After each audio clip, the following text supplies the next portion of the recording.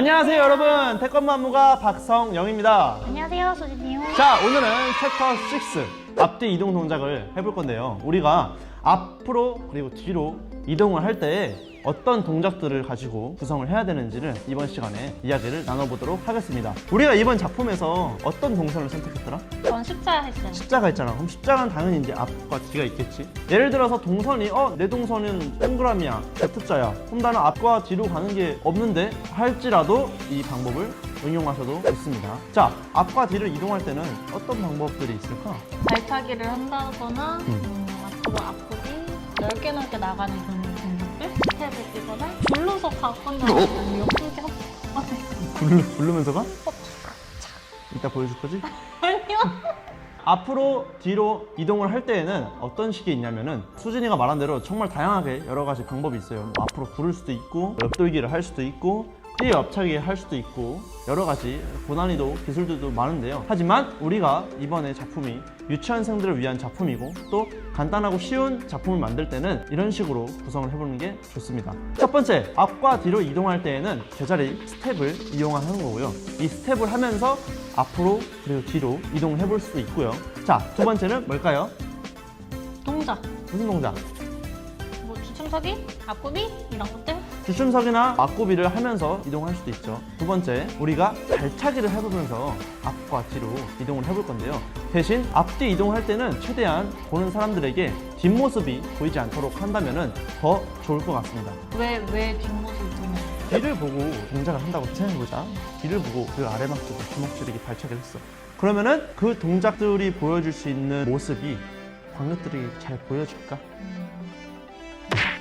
자, 이런 식으로 관객들이 우리를 정면으로 보고 있을 때는 최대한 관객을 보면서 동작을 해주거나 발차기를 해줄 수 있도록 구성을 해주시면 좋을 것 같아요. 자, 그러면은 우리가 앞과 뒤로 이동할 때 어떤 동작들을 하면서 이동할 수 있는지 실제로 해보면서 이야기를 다시 나눠보도록 하겠습니다. 가볼까?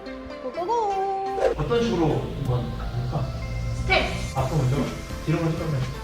자, 뒤로 먼저 갈게요. 뒤로 가면서 우리가 8박자로 한번 해볼게요. 준비, 시작. 하나, 둘, 셋, 넷, 다섯, 여섯, 일곱.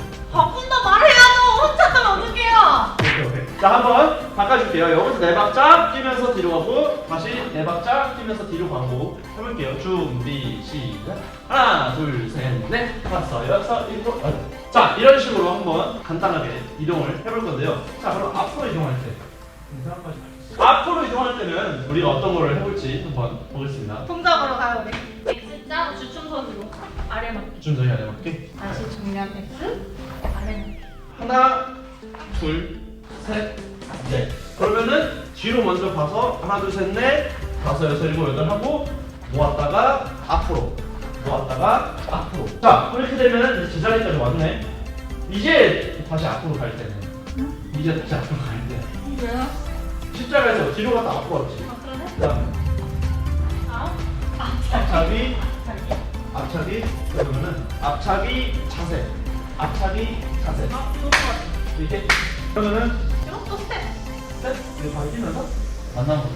끝 책에 나와 있었는데 뒤로 이동하는 몇 가지 동작들 책에 나와 있었던 거 생각해봐. 안 봤는데요? 책을 안 봤다고? 책을 안 봤다고? 책 어딨어? 뭐야 그게요? 책 빨리 보고 와. 뭐였지?